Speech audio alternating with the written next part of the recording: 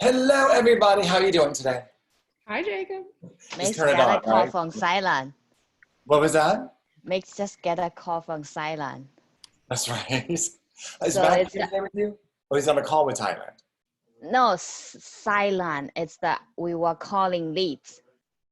Oh, okay. Congratulations. So I don't know. Wonderful. He How's it just got. going? I don't know. He just got call. Just pick up the phone.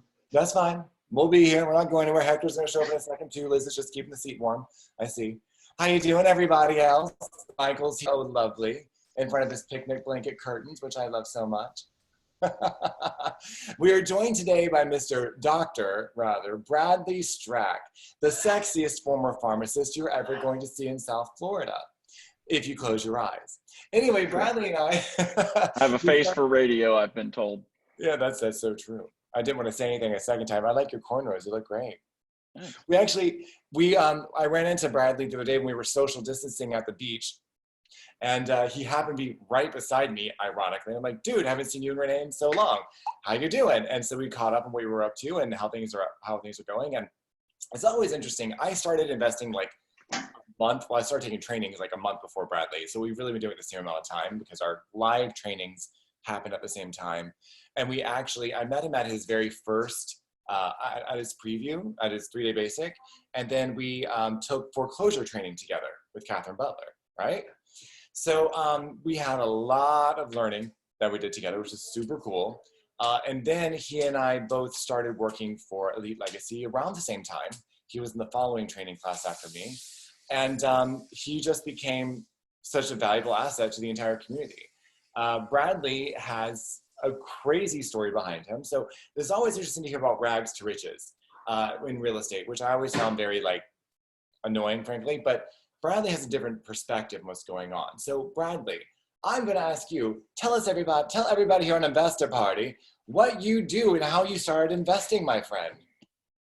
So I guess I'll give you kind of a brief background. So I grew up middle-class family in the sticks outside of Pittsburgh, Pennsylvania. And I was taught, how do you get a really good job so you can make a good salary, et cetera, right? That's what mom and dad told me because we didn't have a lot of money, but we had a lot of love. So, okay, I listened to mom and dad and I went to pharmacy school straight out of high school. At 23, I had my doctorate in pharmacy. I moved to Florida with my best friends, had the big salary, the fancy cars, was traveling, was having a great time. And then, of course, I start working as a pharmacist and they come in, they say, Bradley, you've been doing a great job. You should be one of our managers. Really cool. I've been working hard. Awesome. So salary goes up. They say after a few more months of that, Bradley, you've been doing really good. We want you to start training to become a district manager. Awesome. So I'm working 60 hours a week managing my own store. I'm putting in 20 hours a week extra at the district office. And I decide, hey, I should probably get an MBA because as I move up in the company, it's all about business. So I'm now a full-time MBA student in my mid-20s, working 100 hours a week for Walgreens. And I finally, after 3 years, finished the MBA. The market vice president comes in. He says, Bradley, you've been working really hard. The next position in the country is yours. So I'm 27. I feel like I've got the world by the, and off to the races we go. And all of a sudden, a month later, we get a company-wide email and it says, we just purchased the largest retailer in Europe, pharmacy retailer in Europe, and we're going to be merging our companies. And so there's going to be a restructuring. Well, as anybody who's been through something like that knows, it is a very, very nice way to say that you're about to get screwed, basically. So the problem I had was the guy who had kind of been training me, the district manager I had kind of been working under, was now in a different part of Florida. The guy who had offered me the job was now retired, and the position I was going to go for had been eliminated from the company. So, I had put in all this work, all this effort, and all of a sudden I'm looking around and my new district manager comes in, he goes, "Hi, my name's Rob. Who are you?" And it was then and there that I realized that, yeah, I had money and stuff like that, but I didn't have wealth because I didn't have control of my destiny. As soon as Walgreens said, "We don't want to pay you anymore," I was going to be done. So that was when I decided I had to take control of my own destiny. And that's kind of where the book Rich Dad Poor Dad came in, which led me to legacy and getting training and that sort of thing. I do this with my fiance, Renee. We've done it since the very beginning together. And we've accumulated a pretty good number of Airbnbs over the past few years. We have started a management company for the Airbnbs. And so, yeah, that's kind of how it all started. I left the pharmacy for the last time in December of 17. So that was cool. Retired from corporate America, if you will, at the age of 30. So it was pretty awesome. And here I am. So that's kind of what brought me to real estate, and that's what I've been doing. So Bradley went from being in corporate America to growing his hair out to having a man bun that was supposed to be popular in 2014. I'm so glad you're here with us today. Well, you know, it's slim pickings in the summertime, I guess, Jacob. You're just stuck with guys like me. Oh my God. Well, we are. So something else is, I love Bradley. He's the man I slept second most with in 2 years than a couple of other people. That sounds great, Jacob. Thank you. Thank you. It's so true. Anyway, so but Bradley and I have gone back for a while. He's actually in my market here in the Delray Boca Raton market. But what I love that Bradley does, which is super genius, is he has properties around the state that he's acquired in a different way. So before I talk about that, I want you guys to participate. So those of you watching on Facebook, those of you here in Zoom, on the Investor Party, tell me, what have you guys noticed about the Airbnb industry since COVID hit? Anyone? Let me know. Anyone but Bradley. My friend in Los Angeles with about 27 units of Airbnb actually got about 30% occupied during COVID-19. He got 30%, you said? Yeah. It drops all the way to 30, from 100 to 30. Yeah. So it's been getting plummeted, right? Like most stories you hear about Airbnb is that it went from having, I think, a $22 billion evaluation. Is that correct, Bradley? Down to, I don't even remember how low it's gotten so far. But now this is the cool part. This is something I want you guys to hear. Those are the more common stories, right? Meanwhile, we were here not that long ago, and Rob Haggerty, who Bradley knows, was talking about his Airbnbs in Richmond, Virginia, were booked solid because people from New York were flocking down and quarantining for months at a time in his Airbnbs, and he couldn't get them fast enough. So there are two sides to every story here in what we're trying to create, right? The secret behind any real estate strategy that you're going to get into, whether you're going to do a buy and hold or a flip or a wholesale, it does not matter, is how you purchase the property and what you do for it. Now, Bradley is a lease option strategist. He actually is more than that. He's done some flips, he's done some other things with it. He's quite well versed. But Bradley, would you mind sharing one of your favorite stories with I think it was a 1,050% return that you made? I'm probably exaggerating that for the moment, but I'm not that far off. No. So when we had first gotten started, we had gotten an Airbnb on the coast of Florida, Cocoa Beach area, and it was doing well. It was our first one. We were kind of learning as we went with it, but it was good. We saw that there was great potential. So I wanted to go to, and you guys are going to crack up at this, but I wanted to go to Disney, and it says it on my website, my company website, that because when does Disney ever close, right? Great investment. So anyway, this was in 2017, end of 2017, and so I'm looking for properties because I want to be in the Disney area. I know that the demand is going to be huge there. The lines are never short at Disney. Let's pretend COVID never happens when I say things like that, and. But this was my mindset at the time, is there's going to be a huge amount of people there. I could definitely book properties. So I wanted to get into the market. The only thing I was afraid of was, hey, it's a lot more competition there. So my Cocoa Beach, Merritt Island property might have 100 listings I compete against. In Orlando, in Disney area, just on Airbnb, I'm competing against 10,000 listings.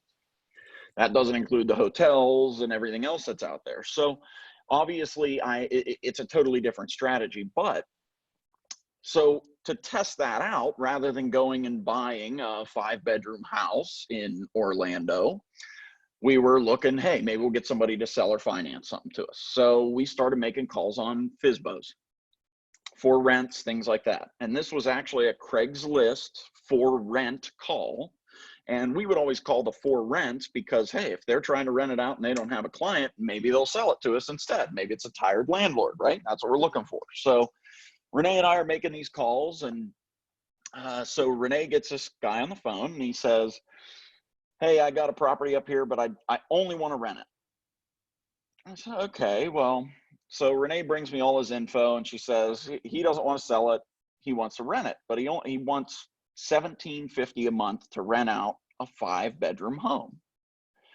So I was like, well, that's pretty interesting. I'm like, you know, I want equity. I want to be a passive investor. I want that long-term cash flow. That's what this is all about. That's why I'm here, right? But at the same time, I'm like, even if I don't have equity in the home, what if I was the tenant renting from him and then I sublet it as an Airbnb? Maybe, right? All I could do is ask, who would let you do that, right? That's the first thing everybody on here is going, yeah, but who the hell is going to want you to do that? So I'll tell you how we did it. Basically, this guy has an ad on Craigslist for his property, $1,750 a month. It's 5-bedroom, 4-bath, pool, 10 minutes from Disney. And so I ran the comps on it, and it looked like I could make about $4,000 a month on this thing if I was running it as an Airbnb. So in my head, I'm thinking, well, 1,800, $4,000, that's pretty good trade-off for me. So I made an offer to the guy, and the offer I sent him was 3 offers. Now, he had already told me he wouldn't sell the house, refused to sell the house. So I sent him 3 offers. First offer in the email was I want to buy cash for 50% of what it was worth, because I knew he's going to say no immediately. He already told me he doesn't want to sell the house. But I wanted him to say no to that offer so he would seriously consider my next 2 offers. The next offer was I was close to fair market value, and I said I'll buy it off you with a lease option. And we could talk about that one later. But what I ended up doing was in the very last thing, and it was just a very simple email, and I put number 3, I said, I'll rent it from you for $1,800 a month. And I left it at that, and I sent it to him. Well, my phone rings in 5 minutes, and the guy goes, hey, Bradley, I got your email there, and so you want to rent it for $1,800 a month? Yeah, I could do that.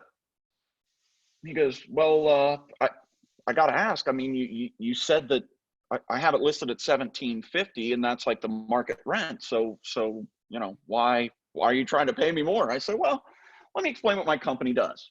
And I explained, you know, hey, I'm going to come in and I will rent it out as an Airbnb. We manage a property. You get a guaranteed $1,800 a month. I'm kicking you a little bit more because I know you're taking a little bit more risk. Well, once the guy was getting over his asking price off of a Craigslist rental ad, he was going to say yes no matter what I said to him, right? I mean, because why wouldn't he? It was a win for him. He wanted $1,750 and I said $1,800 on a vacant property. That guy was going to do it. And so we did all the negotiations over the phone. I agreed with everything, said, okay, well, I'll come out and check the property, just make sure everything's good. We'll sign the paperwork. So I went up there, checked it out. Everything was great.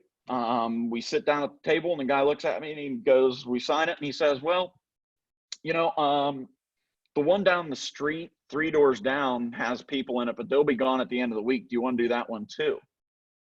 I pulled a second blank contract out of the bag, set it on the table, and I said, yeah, I can do that, man, but you know, I'm giving you $1,800 on this one, so on that one I got to go $1,650.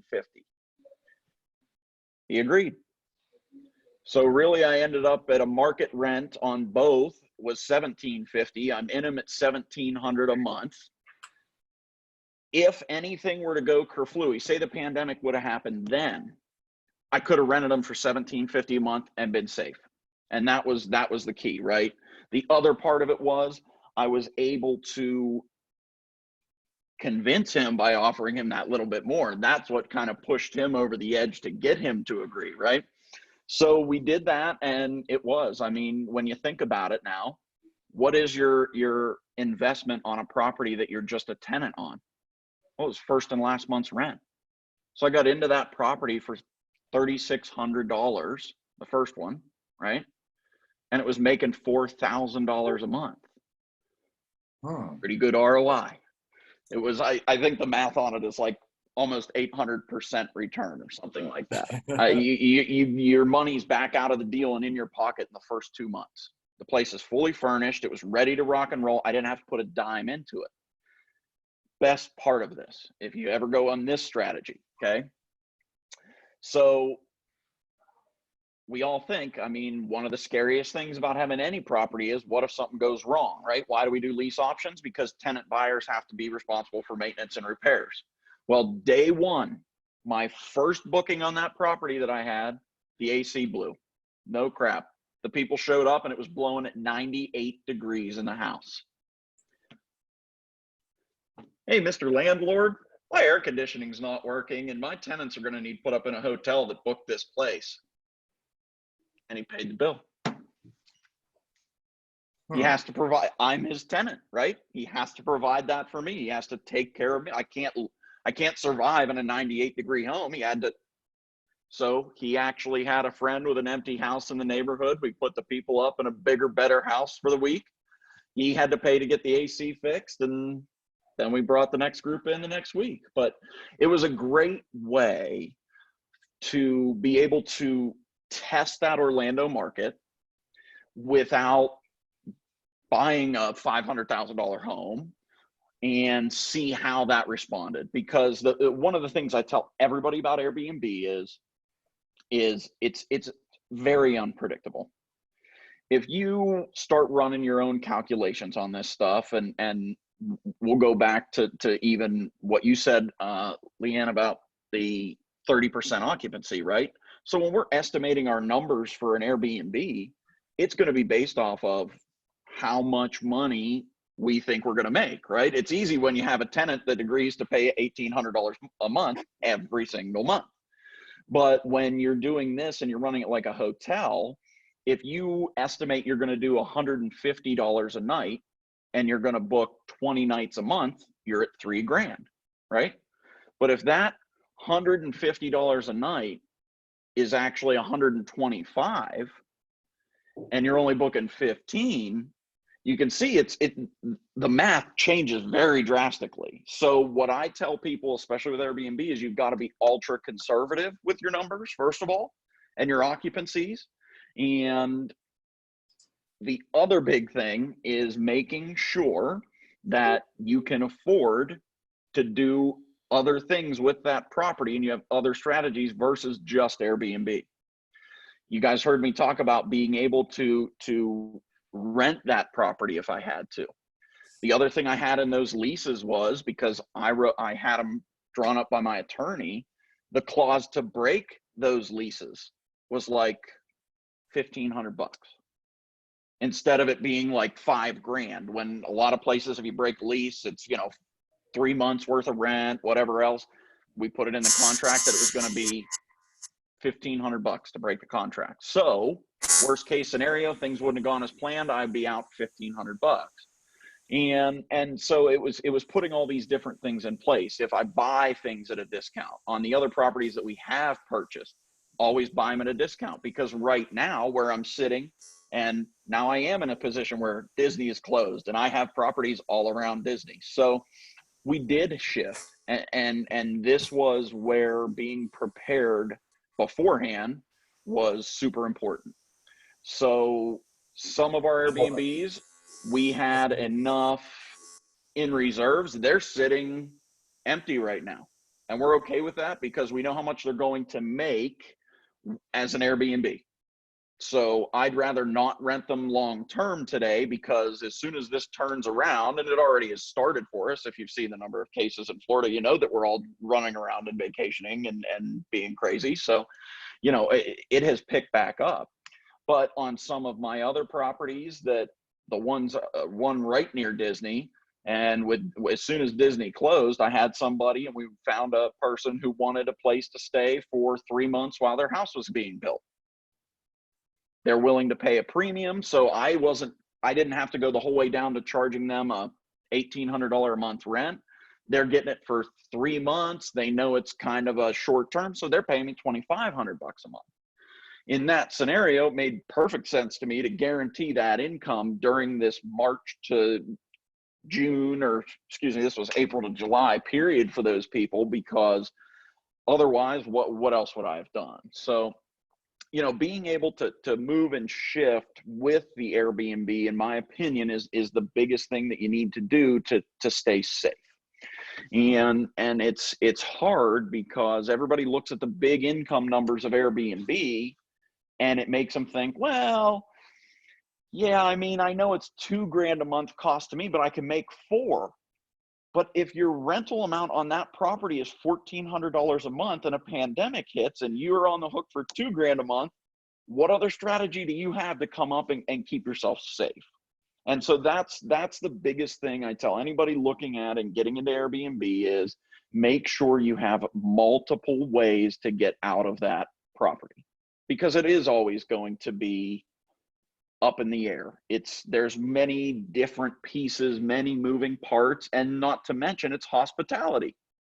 How many times have you guys seen somebody or been out to dinner with somebody who knows if they complain, they're going to get something taken off their bill just to get some money, right?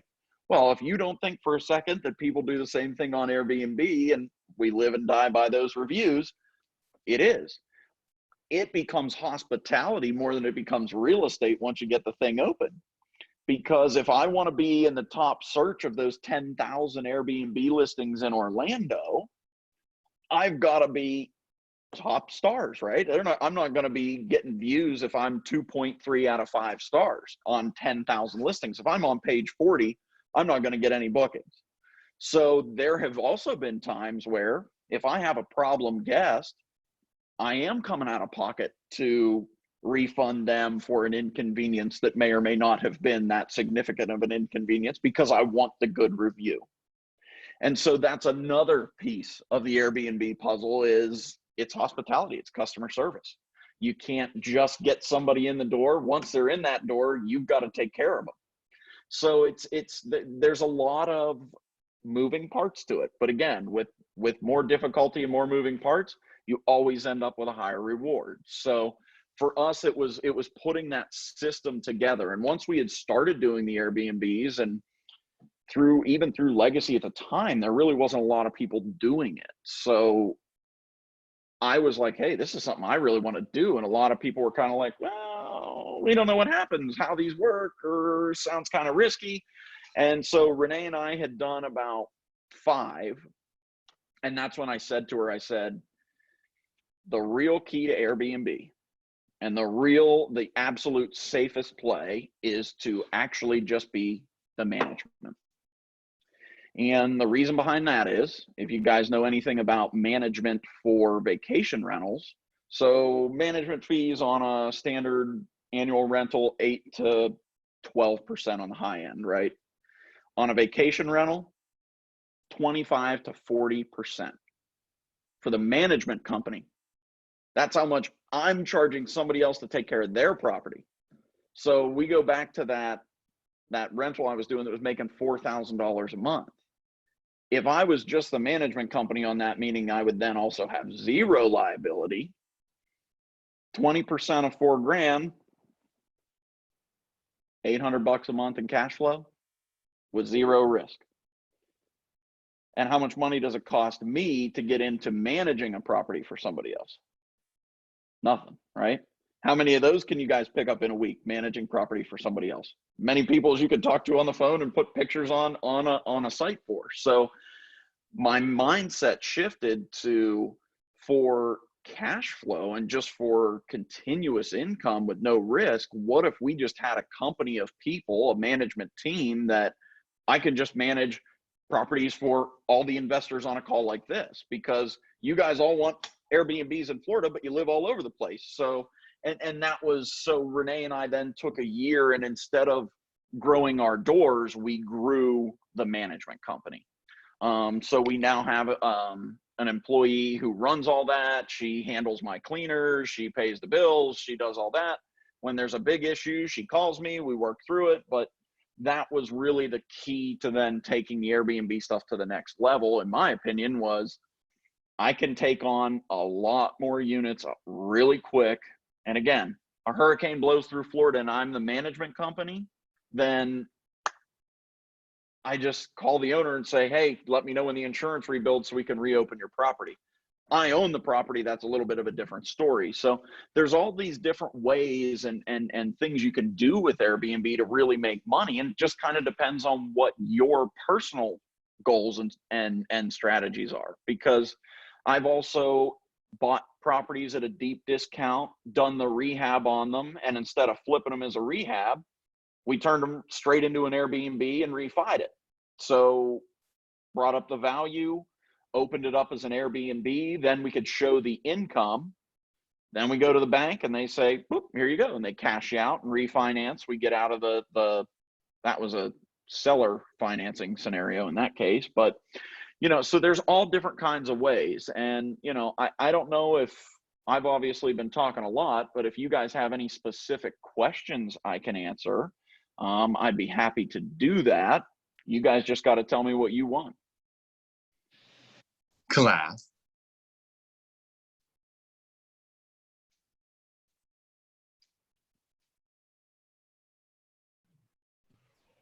Don't make me smack you. Do you have to worry about any of the zoning or anything with doing that strategy? So for the zoning and all that kind of stuff, especially in Florida, it is a big, I won't say problem. I would just say it's a hurdle. Down here in Florida, we have a ton of HOAs and gated communities. I personally avoid that kind of a scenario as much as possible, just because of the added layer of somebody else who wants to set rules and regulations. So a lot of properties in Florida, you can't even rent on a Airbnb type daily basis. They'll have minimum rentals of 3 months, or you can only rent it one time and only for 3 months in a year. And so there are a lot of rules and restrictions that can go on with that. But it's very easy. And what I have done is you just call your county. First things first is call the county that you want to do it in, and they can give you the rules on what you need to do.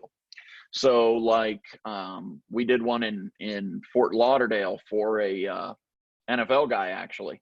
And down in Fort Lauderdale, when we were going to open his up, we had to go through the process of opening a restaurant with Broward County. So it was fire escape checks and every single thing that even a restaurant would have to do. We had to do the same thing and shell out about $1,000 to just get the license to be able to do it there. But then in Brevard County, which is up Merritt Island area, kind of a little bit more country, if you will, up there, they don't care at all. They sent me a letter once. It was like, are you doing an Airbnb at your house? You need to pay taxes. And I called them. I said, Airbnb remits the taxes on my behalf. They said, okay, noted, thanks. And I never heard from them again. So, you know, but just whatever county you're in, definitely call. Ironically, if you look at Disney, where my properties are is a place right outside of Disney called Four Corners. And it's called that because there's 4 different counties that line up right outside of Disney. There are different rules and regulations in all 4 of those counties. So some of those counties I have houses in and some of them I don't. So I just recommend call the county that you're going to try and do it in. And it's very easy, even just to go on Airbnb. They have a lot of information about it, and you can go into their blogs and you'll find people in whatever area you're in. But best way, in my opinion, because I've even tried to go to a lot of attorneys about it, and it's kind of new. So a lot of attorneys don't even know, but the counties are dealing with it because it's blown up. So the counties always, even if you just get somebody in the office there, they'll tell you what you have to do and what the regulations will be. Nice. Something else you should be aware of, there are certain states that are really cracking down on Airbnbs, and specifically the subletting strategy that Bradley was talking about. such as New York City. There were people who were going in, renting apartments in New York City, and then turning them to Airbnbs. Well, that became a bit of a problem. So the city had to regulate that. They started shutting those things down. So it also changes from state to state, and in that case, also borough to borough. So just be aware of that. It's, again, new. So just like Uber and rideshare was in the originally, they're still figuring out how to place this in our culture and our society. It's constantly changing. Now, when COVID hit and the industry took a nosedive, everybody had to adjust their business models, specifically those who were in the Airbnb and shared housing strategies. Brandley, what did you guys do to pivot your properties? Well, kind of like I talked about earlier. I mean, the big thing was, one of them, I started renting out for essential employees. So at the end of the day, business is business and marketing is marketing. So was it okay for me, and did it make sense to drop my nightly rate to be somebody who was able to support and help essential workers during that time? Of course. Was that the income I'm used to in March in Orlando? Not even close. But desperate times, desperate measures, that was a way we were able to kind of give back. Again, these things pump out money. And that's the other thing, is I know that Airbnb is so volatile that I also have to keep a good stack of reserves with them. It's just what you have to do, because like I said, I'll give you a story about the very first Airbnb we had. So we opened it up in February. And so the first 2 months in Florida, February, March, huge. April, May, June, it kind of slows down a little bit. Then kids get out of school and our summer months pick up down here for travel. So Renee and I have our one Airbnb at this point. July is coming and we are booked solid. We're like talking like $7,500 in income for the month. I mean, I'm just like over the moon. This is going to be so awesome. Like, I've figured this whole thing out. Life is great, right? Well, about a week before the 4th of July, the guests that were going to be staying there a week sent me a message and said, now granted, my rates at the time were all non-refundable. She says to me, hey, it's going to rain for the 4th of July, so we'd like a full refund because we don't want to come in the rain. A week before the 4th of July. I said, well, ma'am, I mean, I apologize, but you booked a non-refundable rate and I can't refund it just because it's going to rain. Well, later that week, lovely Florida, the rain that was coming was a tropical storm.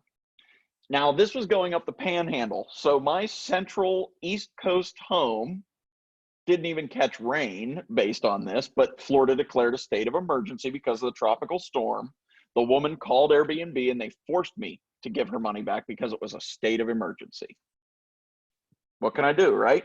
So there went my first week, my 4th of July, my huge payday on that one. But hey, you know what? I got other bookings this month. We're going to kill it. It's going to be great.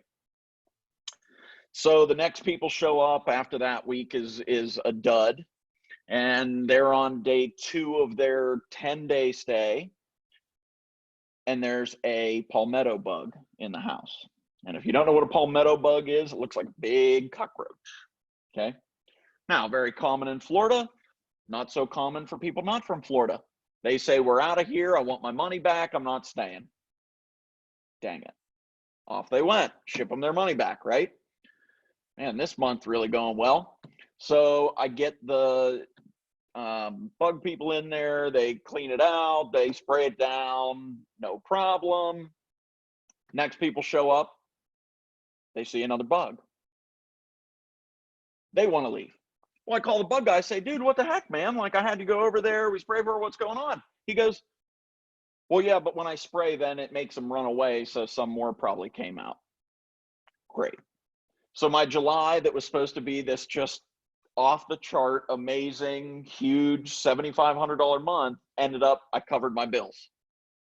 So it's just, you have to be ready for those kind of shifts, right? And that's when I tell people that when you're estimating your income, when you're thinking, okay, we're going to do this, every single month is going to be different. The month of September in my Florida Airbnbs, I just want to pay the bills. because they're empty. Everybody's going back to school. It's the prime of hurricane season, and it gets slow here. So during those months, during September, that's when I will take time to block off my calendar and do annual repairs. And so that's the other thing, is you can be very strategic about how you do that. The other big thing people are doing now to shift per the COVID and that sort of thing is just going to a longer term model. Instead of trying to do the hotel style 2 or 3 days, I think the average stay when I started doing Airbnb was like 2.3 days. Well, now it's going up more to a monthly type of stay. And it's situational. None of us are really traveling for long weekends right now a lot. If we're going somewhere, we might be going to visit family, we might be laid off, so we can go spend a month somewhere. I quarantined with my mother-in-law in Fort Myers because she has a big house and a pool.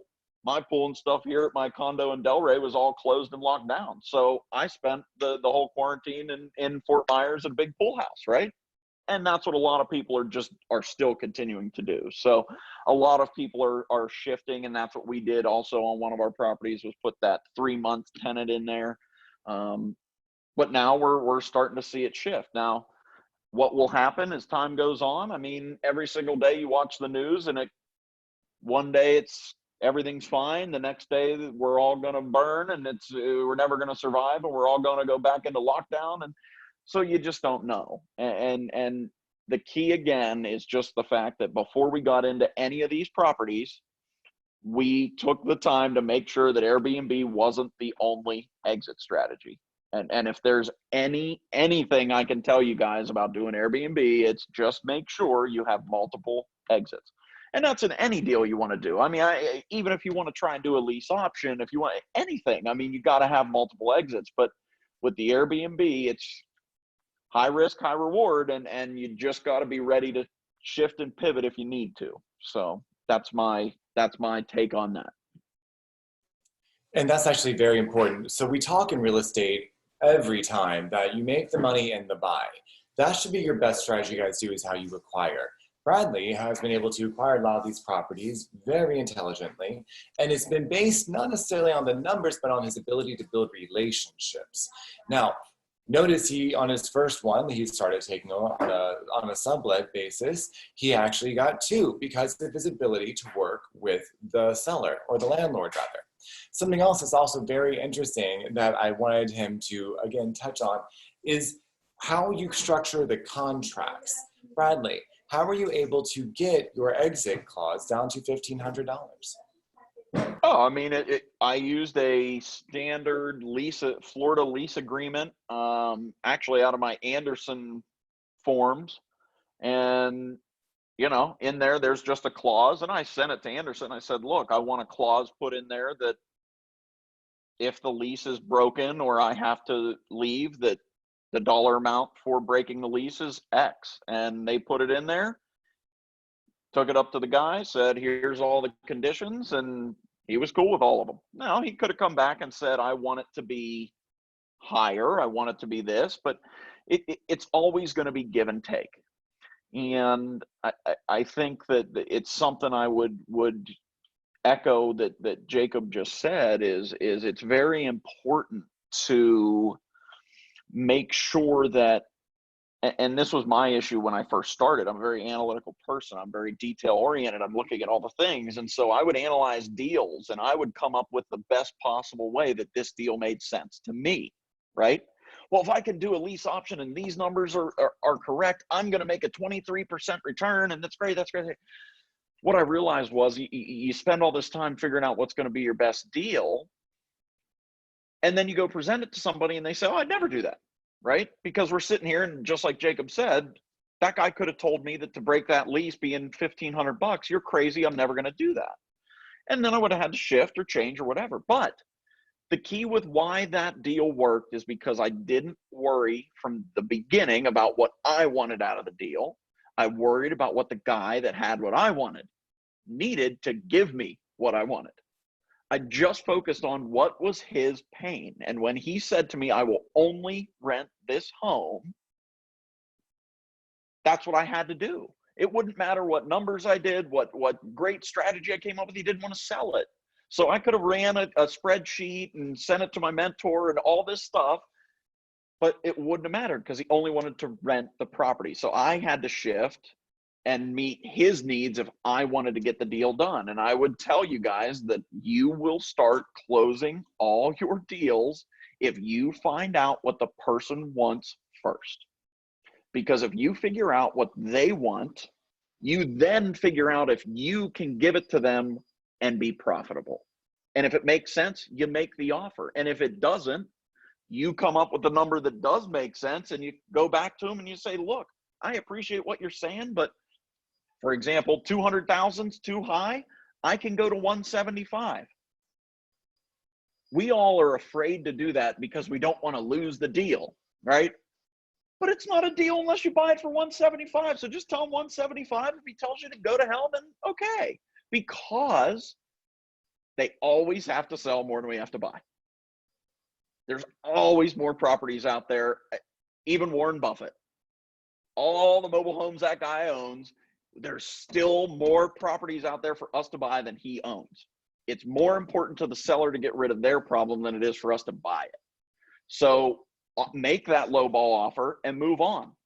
And I'm telling you, you guys can't even imagine how many people will call you back in 3 weeks, 3 months, 12 months, 2 years. Our last Airbnb, and you guys will get a kick out of this, just shows you how life's funny sometimes. Our latest Airbnb that we bought, we opened on March 7th of this year. Never had a guest.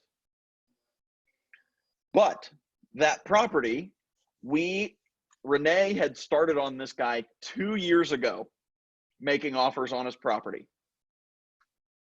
I had offered him $210,000 at one point, and I bought it off of him for $180 in February. Motivation changes, time changes. Don't let your emotions get in the way of wanting to get a deal done. Let the numbers tell you if you've got a deal. Make the offer. If they accept it, great. If they don't, move on. You guys all probably know, love, or are very familiar with Pip Stellick, and one of the things he has always said to me, because I would analyze everything. Well, why didn't they do it? This makes sense. Why'd they say no? They don't get it. He said, some will, some won't, so move on.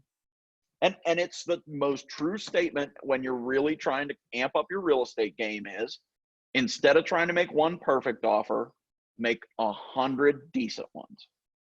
See what sticks. Because if I called every single one of you guys and offered you 70% on fair market value on your homes, 99% of you would tell me no. But somebody on this call might be in a situation where they say, man, COVID, job loss, let's talk, Bradley. But because I offered it to all of you, the one person that had the motivation, I found. Instead, if I would have just focused on, oh, I know Jacob has properties down here. I'm just going to look at what Jacob's properties are. I'm going to make him a good offer that makes perfect sense for my numbers, and I'll make a 20% profit. Oh, this is a great deal. And I'd spend all day running the math, figuring it out. And then I'd call a guy like Jacob and he'd say, we're not doing that. I'm like, oh, well, wasted my day. So instead of looking at pictures and figuring out the perfect offer, now I 70% of market value, send 100 LOIs. I get 90 people that tell me I'm an idiot, you're crazy, I'd never sell my house like that. But then 10 people say, well, I can't go that low, but maybe I could blank. And now you've found your motivation. Now you make that phone call. Now you ask those questions. What do you need to get out of this property? Because you found the person that needs to get out. And that is, that's just what we've done all along. And it's a slower burn, but that's how you find the deals. And that's a way you can do it that you're also not blowing through a ton of cash. Because if you want to market for your leads, you can do that. But I'll be the first to tell you, if you want to be a competitive marketer in Florida as a wholesaler, as a property buyer, if you're not spending 10 grand a month in mailers, you're going to have a hard time competing. I mean, that's a standard for investors down here. It's nuts. But I can do cold calls on Craigslist all day long. I can send emails to realtors off of Zillow all day long. And yes, they may say no, but you're looking for that yes. In tough times, this is what we're doing right now. And it's a little bit of a grind, but I'm telling you, people right now are getting stimulus checks. People right now are not going into foreclosure. That's all going to change. It's actually very interesting that you mentioned that, because some of the biggest influx of listings that I've been seeing lately, and this is just macroeconomically, have been people who bought Airbnbs retail, and they need to unload it now. They've got these second, third, fourth mortgages on them, and they don't know what else to do. So it's very interesting that you have that. Andrea is asking a question on Facebook, and she's asking, as management, do you vet the guests, and do you do the marketing for the Airbnbs that you manage? So the vetting process and my take on this has been to allow Airbnb to be Airbnb. So the first part of that is I'll address the marketing. Airbnb has over 2 million visitors to their website per day. My website doesn't. So I focus more on following and doing the most innovative and newest things that Airbnb is trying to roll out through their platform, because they will then give me more of a bump in my search results, right? So because of that, hang on, I think my headphone died. Oh, thank God. Let me change out my sound here. We hear you. Hi. While he's working his hearing aids out, I'm just going to keep talking for a second. Can you hear me now? Yeah, we could hear you the entire time. Wait, I can't hear you guys. Hang on. That's okay. My dulcet tones will soothe everyone to sleep. There we go. The whales are alive. Keep going. All right, what was I talking about? You were talking about rolling out the newest technologies. Oh, Airbnb. yeah. So the marketing part of it. Okay, so for the marketing, no, I don't pay for marketing because Airbnb is a billion-dollar company. I try and do the things that they're putting into play so that I'm their best client. I'm their best host, because if I'm their best host, I'm at the top of their search results. So when they come out with a new feature, I try and make sure that I'm in there. Well, I'm not anymore. My manager is, but she's in there every day looking at the Airbnb site. And if it says, hey, we're now offering to do 10% discounts based on blah, blah, blah, blah, blah. Well, if you're in there and you add that, Airbnb will email your listing out to everybody. So there's ways to do it, but rather than spending my money and trying to compete with that, I let Airbnb do it, and I just try and fit their mold as well as I can. As far as vetting the guests go, again, I use Airbnb for this because that's the whole point, right? The thing I love about Airbnb is they do have a $1 million umbrella policy. So stuff happens, right? I've had guests and nothing major. I've never had somebody destroy a home or anything like that, but we've had a window go, we've got a hole in a wall, some stuff like that. And some people pay it, some people don't. They have 72 hours to respond to any damages that I prove.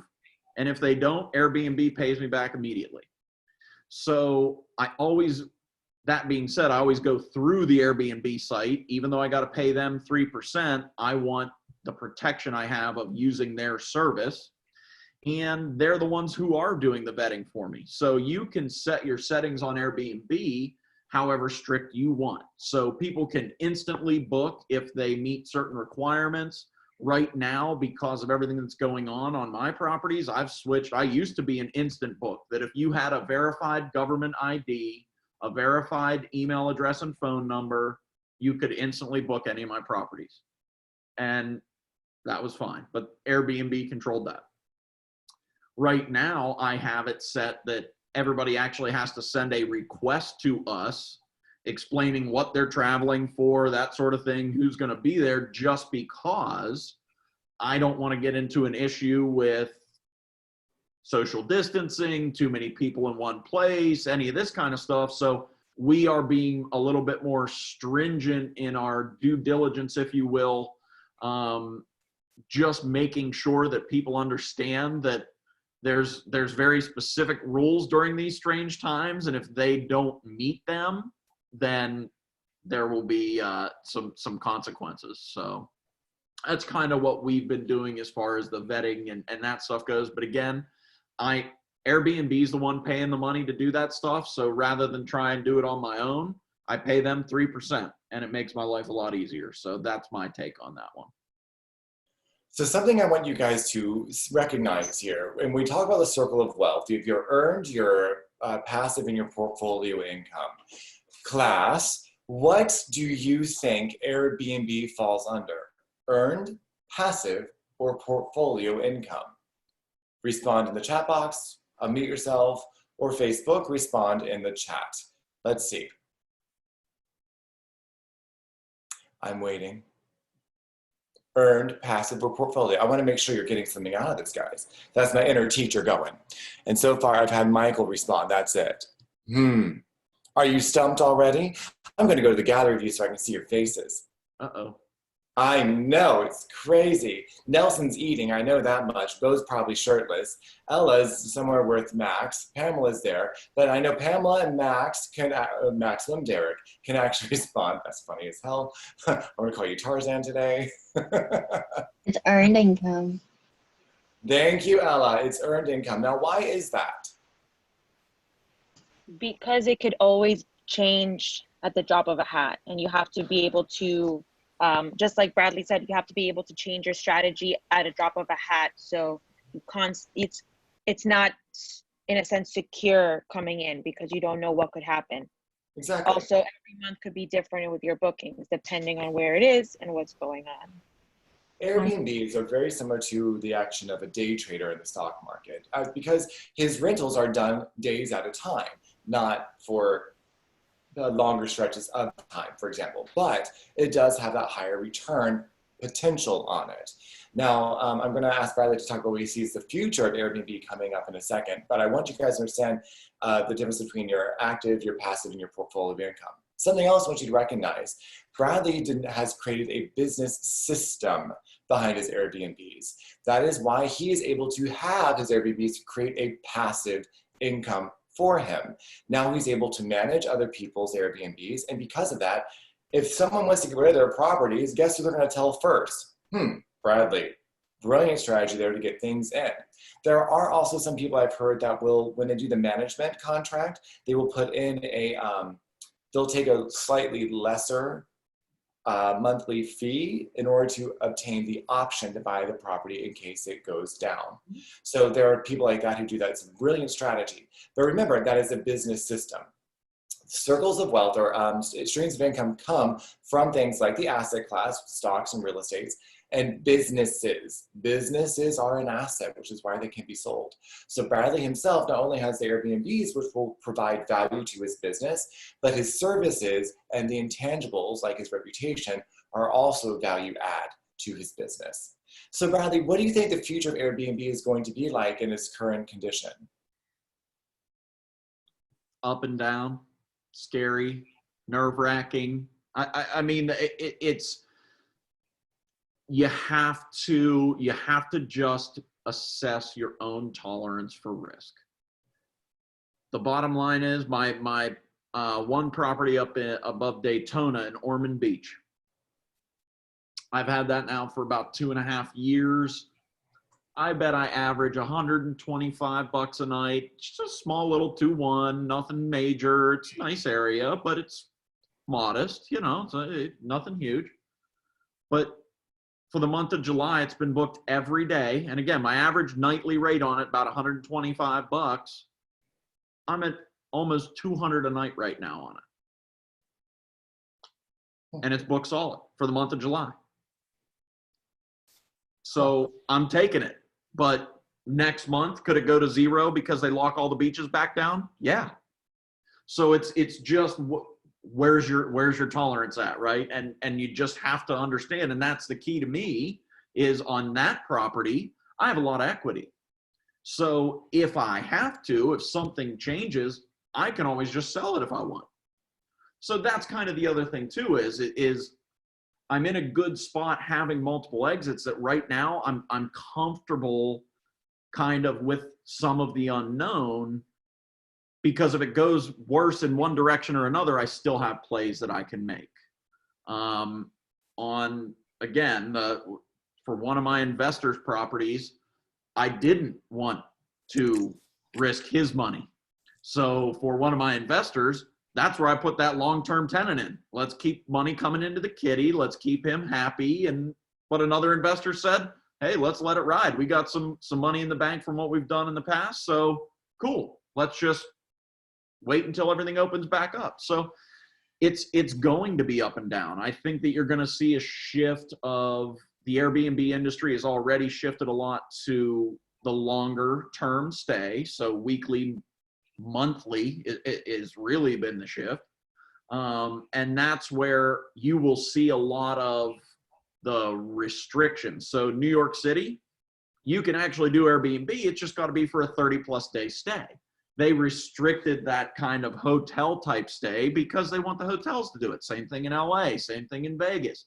They want the hotel industry. Miami-Dade had stuff like that. So, you know, but if you go to, we'll take Vegas, for instance, you go to Henderson County, you can open up Airbnbs. Now in New York right now, hey, if they're going for 31 days, you're good. And if that's where the trend is at, there may be some opportunities to Airbnb in areas that there weren't before, because now people are doing longer stay. A lot of people aren't at work, right? So what are people doing? I mean, people are traveling, going to see family. Like I said, it's not out of the question right now for people to pack up their stuff and go stay somewhere for a month. They're sick of being at home. They're sick of looking at their dog. They're sick of looking at the same stuff every day. I mean, I'm going to show you guys my morning commute. Okay. It goes from this chair all the way from that bed. So yeah, every day I got to wake up. I got to come from there to here. So people are ready to get out of the house. People are ready to be somewhere else. And so I do. I think Airbnb, it'll still stick around. We just have to be careful. Know that you've got multiple exits, and don't risk it without having a good plan B and C. That's all I would say, because it's going to be uncertain. And there's going to be times coming up, like right now, all the news says Disney's still opening, Disney's still opening, Disney's still opening. But over the next 2 weeks, when the COVID cases from 4th of July, when we all went out and partied with each other, kind of start to creep in, who knows if Disney will open? I mean, my fingers obviously are crossed, because that's my business, that's my livelihood, but I'm not banking on it opening in 2 weeks. It's supposed to, but I don't know. So you just have to be okay with the uncertain. So Stephanie asks, that's actually a good question. I have a question regarding the new Airbnb policy that there needs to be a 3-day between stays for visitors to have proper disinfection. Is that also seen in other states? As in, is it a company-wide or a nationwide policy? Do you know, Brandley? So the message I received from Airbnb about that was not 3 days. The official email I got from Airbnb, and don't quote me on it, but it was either 12 or 24 hours. It was not over 1 day, at least the email I received from Airbnb when they announced this. So what I have done is we're just looking at checkout times, that sort of thing. And again, just cover yourself. So know the facts that if the police call you and say, hey, we're checking in on how you're doing your Airbnbs, and all of a sudden they look and your calendar has people coming in and out on the exact same day, they're going to snag you for it. And you can actually set up in your settings on Airbnb that if somebody books, it will block the day they check out. And so that's what we do. So I'll block it the day they check out. So they leave at 10 a.m. on a Tuesday. Our next guest can book at 3 p.m. on Wednesday. So that gives me kind of that buffer space. Now, again, yeah, I'm losing that day, but I don't, and I've heard people that have had this happen, not for this reason, but for just having guests when we were under quarantine. I mean, they were out, police knocked on doors. And if you were hosting guests that were there for vacation and were not essential employees, it was a $5,000 fine. So I'll take a lost day in between bookings right now just to make sure that I'm doing that. But again, that was the email I got from Airbnb probably about a month ago, I would say, if that. So Okay. I hope that's helpful. There's and I was just informed by Lauren, who works in hospitality, that the 3-day rule was originally intended for hotels. Now it's just 24 hours. That changed when they opened Vegas back up. So that, if that helps you understand a little bit more about, oh, that looks really pretty over there. Let me just change. Sorry, purple squirrel. Anyway, that's not a good angle. Let me just put that back where it was. Anyway, so my Adderall is right on point. So fabulous for that question. Thank you very much. So Bradley, you think that because COVID is not going away, that people are just going to shift how they're using their Airbnbs? They're going to go more to longer term rentals, more vacation rentals.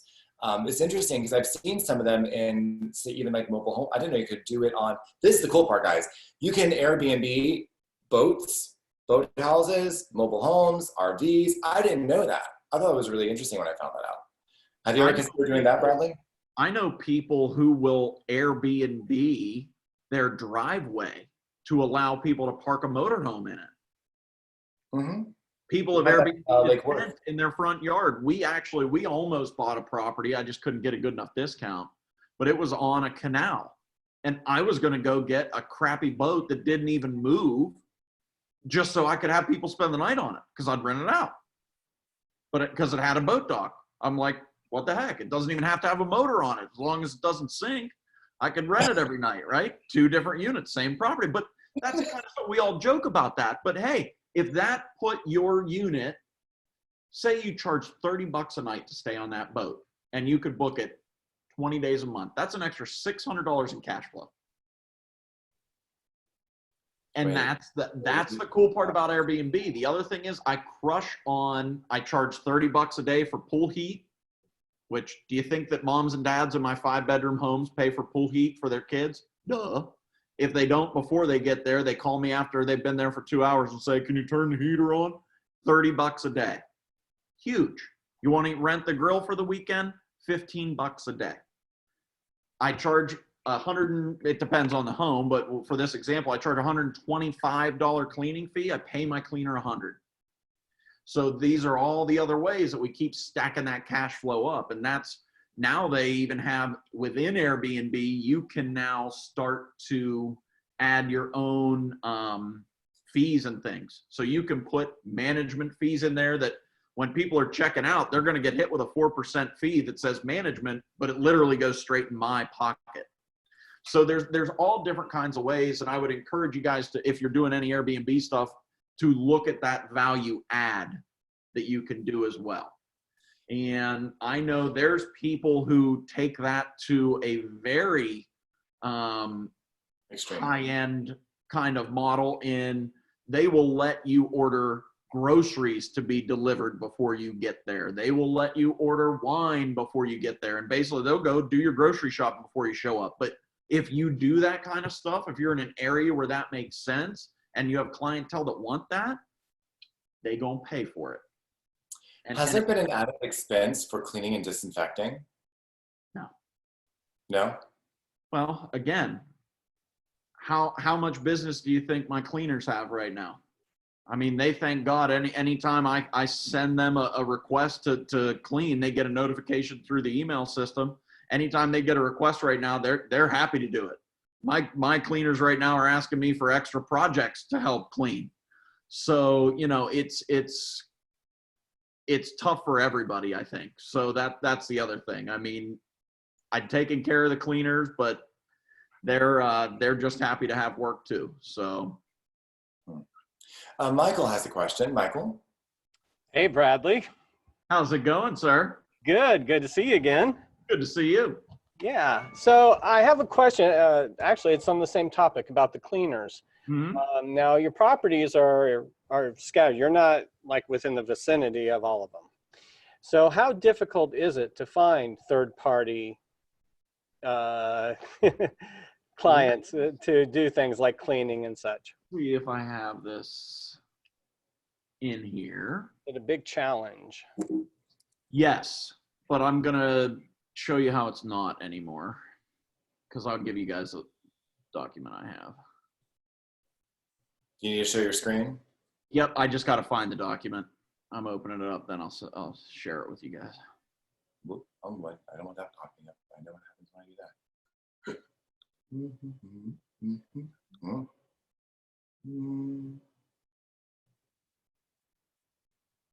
Oh, you have to let me do it, Jacob. I'm working on it. Okay.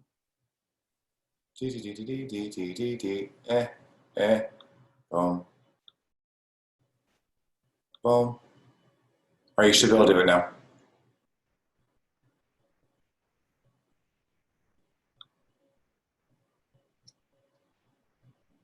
So you guys see my thing now, right? Mm-hmm. Yes, Cool. we can. Okay, so what I did was, Michael, to answer your question, it started with me just making cold calls. Google cleaners in the area and call them. And I basically was reading this to them. So, and I'll send this to Jacob so he can let you guys take a look at it and use it for yourselves if you'd like. But basically, this was all the questions I was asking people. And what I found out very quickly was, if you're on the phone with somebody and they are trying to get a job, and you say, will you clean and take out the trash? Will you dust under all the bed frames? Will you make sure the windows are closed? On the phone, they always go, oh yeah, sure, great, no problem. And then a week later, you get a bad review that says there was hair in the bathtub, and you go, dude, we said that on the phone when we talked, I said you were gonna pick everything out of the drain every time that oh, I forgot. So I said, well, you know what, we're gonna fix this. Actually, this was Renee's idea because she's smarter than me. Renee said, no, we're gonna come up with a little test. And so now we put this together. And basically what I do now is anytime I go to a new area, because like you said, I have 4 different cleaning crews. So every time I go to a new area, I got to locate that person. So this is what we came up with, that I will now Google all the cleaning companies in an area and I send them this. And I say, my name is Bradley. I'm a real estate investor. I'm looking to start doing some Airbnbs in your area. I saw that you have a cleaning service. I have some very specific needs, but if you think that you guys and your team can meet these needs, then let me know. And I just send that in an email and I send it to a bunch of people, but I don't call any of them. Because then I see their motivation. Are they willing to take the time to call me back? Will they take that extra step? How interested are they in coming after this? Plus, when they go through and read this sheet, it doesn't look very pretty. So they know that my expectations are really high. And I want them to feel that because my expectations are very high and I do need my homes to be taken care of like they're owned by the cleaner. My cleaners are my eyes and ears on my properties. I literally just went up this past weekend to our Cocoa Beach property and I was driving up there and I'm like, when did they build that? When did they move? Like, I haven't even been to the house in probably 9 or 10 months. Like, because my cleaner is there every single time somebody's in and out, making sure for me that everything is good. And so it is absolutely imperative to have a good cleaning team. And this is the questionnaire I send all of them to see see if they're willing to do it. But it just makes it easier to kind of keep everything organized. They have a hard copy of what their expectations are. So now if they don't meet any of these expectations, I call them and say, hey, how come the ice trays weren't refilled? That was something we agreed you would do. it just makes the being the bad guy times much easier when we can refer back to a hard sheet that we both read and agreed upon than it does me trying to say, hey, don't you remember when I told you blank blank? So, but I'll send that to Jacob, and then that way, Jacob, you can send that out. Why, thank you very much, everyone. Leanne has a question. She says, how do you promote your Airbnb property outside of Airbnb, and how do you promote your property management? So the property management for me has been kind of word of mouth at this point. We were going to be going a lot harder on that, but COVID, so is what it is. I will, once we kind of see how this all shakes out, I will be marketing my management company, but I have been able to keep an 85% average occupancy on my properties just using Airbnb and paying nobody to advertise for me. And most people will say, well, it's not 100%, it's not 100%. You don't, most people will tell you if you're at 100% occupancy, you're actually leaving money on the table. To be between 80, 85%, they say you're charging the highest amount and getting the highest occupancy. If you're at 100%, a lot of times they say you might be undervaluing what you could be getting. If you're around 80, 85, they say you're maxing out where you're at. So, and you're always going to have off days because somebody books for a week, they leave on a Wednesday, and your next group comes in for 5 days, but they're not coming till Thursday. So 100% occupancy is tough, but I have not ever, other than my REI Black Book website landing page for my business that has links to my Airbnb properties, I've never marketed anything. Airbnb is really a marketing company. So they're paying for my marketing, and they have a bigger wallet than I do right now. Mm-hmm. For now. It's kind of funny. Okay, so we had, I'm trying to see if there's another question we might have. Are you considering, this was a good question actually, are you considering pivoting to doing things like assisted living or veteran housing or housing prisoners since they're trying to come out of COVID? Are you considering doing that with some of your properties? It's definitely possible. A lot of my properties, unfortunately, I've looked into it, but a lot of my properties, because of the location, are difficult for getting the approvals. Because I'm right inside of those touristy or beachfront communities, and I've had a lot of pushback on doing some of that stuff. So the ones that I own are difficult. But no, I actually was looking with a couple of partners at some assisted living outside of Florida, because I mean, that's going to be huge. We looked at, how many was it? 46 bed assisted living. There's 4 different units across northern Florida. I think it's a great play, and I'm definitely going to get into it. But again, right now it's pretty scary to want to buy an assisted living facility full of people who could potentially be at risk, if you know what I'm saying. Mm-hmm. Hey, Bradley, I'm starting to, just FYI, I'm starting to set up a assisted living facility here in Colorado. So awesome. Yeah, if you want to talk. I'd love to hear about it.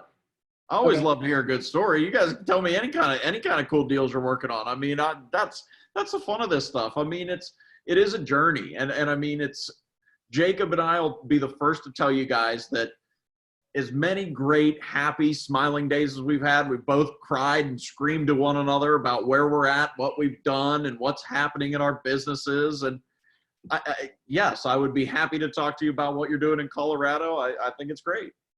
I'll get your number from Jacob later. Perfect. You assume I have his number. I totally have his number.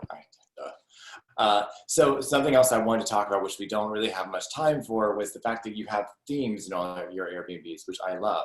Would you care to tell us about your pineapple paradise? So, I mean, people don't want to travel to where they live, right? Like we all live differently than where we want to stay. Why do people go to Disney? Because it's so extravagant, right? So in the Airbnbs, the fun part is you can set them up that it's fun. I had a guest at our very first Airbnb who actually went around and counted that there were, I want to say 43 pineapples in the house. Now that doesn't include the ones that are like on like a bed sheet or a shower curtain that are like hundreds. No, they were like, there's like 41 different pineapple things in this home. But everybody that goes there, that's what they say every time. Oh my God, I love the pineapples. Well, I went on Amazon and I bought pineapple pictures, posters, et cetera, for anywhere from 30 to 80 bucks. And I just put them all over the house. It's loud, it's obnoxious. Nobody would ever want to live there permanently, but they love it to go to the beach. The house we did in Fort Lauderdale, it was this NFL guy's townhouse. Well, we turned it into a posh, almost 1920s speakeasy look with a huge 6-person leather couch, an 80-inch TV, and then high-backed, fluffy red chairs next to it, right? I mean, just crazy, obnoxious, but fun, because that's what people want. They're going on vacation. They want fun stuff. They don't want to go be like, oh yeah, hey, this looks just like home. Glad we're here, right? No, they want to enjoy it. So we do. We dress them up, and I don't dress them up fancy because stuff's going to get broken. It's going to get knocked over. But when you're buying stuff off Amazon, and now I have an Amazon list. When I open a new property, I have a Word document of Amazon links. And if you want to talk about something hilarious, see when I open a new Airbnb and the Amazon packages come in. I have it now. It's about 74 different packages that I usually get when I open an Airbnb from Amazon. Because I do the same thing. I found a good set of silverware that's cheap. I found a good set of dishware that's cheap. And I just pump it into every house. Because then if I need anything new, it's right there. My manager goes to the list. I need glasses. There's broken glasses here. We got to order a box of glasses. She can click on it. It goes right to that cleaner's house. They take it over the next time. So that's how we've also kind of found, because in the beginning, the very first house we did, I'll be honest with you guys, I had moved in with Renee. Well, we had a storage unit full of all the crap, furniture and stuff that her and I had collected through our years post-college of living and moving and all this stuff, hand-me-downs from when we went away to school. And our first Airbnb, we built out of a lot of our old furniture from storage. But after that, I'm like, okay, now I got to start figuring this out. Well, if you want to go to Ashley Furniture and furnish a brand new Airbnb, God bless you, but it's going to cost you $50,000. So what we started to do with that was, and this is more the furnishings than the decor, but I will go to, or have my team go now to high-end thrift shops, because I want the heavy duty, the good quality furniture. It's okay if it's gently used, but I want oak nightstands, because the ones from IKEA, every 3 months, somebody's going to get drunk and fall on it, and it's going to be cardboard by the time they're done. So I can go and for an even better price, get a used oak one. And now that thing's indestructible. It'll be in that house. It doesn't matter if somebody jumps on it, falls on it, spills on it, it's going to be okay. So that's another way, and it looks nice. I mean, again, some of that furniture that I bought for that NFL guy's townhouse, this antique looking type stuff, I mean, if I were to go buy it new, it would have cost $5,000. You find it in a thrift shop or on Craigslist for $400 or $500, and the quality is insane because it's well made. That's what you want. You want that durability in your Airbnb. And that's why my decorations are dirt cheap and my furniture is expensively cheap as possible. It's interesting because every business has a different model, which I love. Aaron Adams, who you guys know, he runs a lot of Airbnbs as well, and so does Alyssa from Canada and Rochelle, and they all have a very different take on it. Aaron's very big on the quality of the rebuilds and the remodels he does on them. He'll do things that, he'll do like rental grade cabinets, because he's got a lot of wear anyway, but he'll do remodel countertops. So it's like in between quality levels. So, and he will do pretty basic couches, but he'll get great mattresses and great pillows. And people talk about They in the spend review. money on where they sleep. Yep. And you watch what people will like based on their reviews, and that's what you know is working for them. And every market is different, I would assume, I would think. And it's, again, as Bradley says, it's the experience. And so where's this located? You know, does it make more sense to be something a little more extravagant, a little more tasteful, or is something that's just going to be basic utilitarian? It depends on every property. Everything is unique and individualized at that point. Does anybody have any final questions for Dr. Sprack? Good, because I got my birthday dinner tonight, buddy. Today's your birthday? That's right. Yeah. Everybody, unmute yourself. We have to sing now. No, I'm saying. Come on. Liz, Hector, Carlos, I'm unmuting all you bitches. We're going to do it together. Here we are. Unmute all. All right. Key of hopefully not so bad. Ready, and happy birthday to you. Happy birthday to you. Awful happy birthday to Brandley.